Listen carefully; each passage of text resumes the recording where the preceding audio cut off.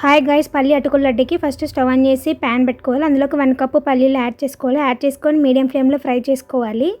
Next ఈ fry అయిన తర్వాత ఒక ప్లేట్లో తీసుకొని చల్లార్చుకోవాలి. నెక్స్ట్ అలాగే అరకప్పు అటుకులు తీసుకోవాలి. అటుకులు తీసుకొని ఒక మీడియం ఫ్లేమ్లో 2 మినిట్స్ ఫ్రై చేసుకొని పక్కన పెట్టుకోవాలి. నెక్స్ట్ అలాగే అరకప్పు నువ్వులు కూడా యాడ్ చేసుకొని కొద్దిగా నెయ్యి వేసుకొని ఫ్రై చేసుకోవాలి.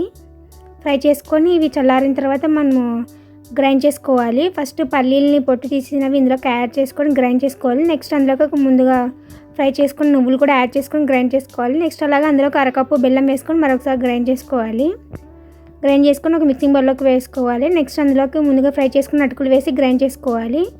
మనం ముందుగా గ్రైండ్ చేసుకున్న పల్లి బెల్లం పొడిలోకి మనం నెక్స్ట్ అటుకుల పొడి అలాగే కొద్దిగా ఫ్లేవర్ కోసం ఇలాచి యాడ్ చేసుకొని బాగా మిక్స్ చేసుకోవాలి. మిక్స్ చేసుకొని మనం లడ్డులు ప్రిపేర్ చేసుకుంటే మనకి ఎంతో టేస్టీ పల్లి అటుకుల లడ్డు ప్రిపేర్ అయిపోతుంది. మనం ఇందులో కావాలంటే కొద్దిగా నెయ్యి కూడా యాడ్ చేసుకోవచ్చు. టేస్ట్ బాగుంటుంది. Subscribe for more guys.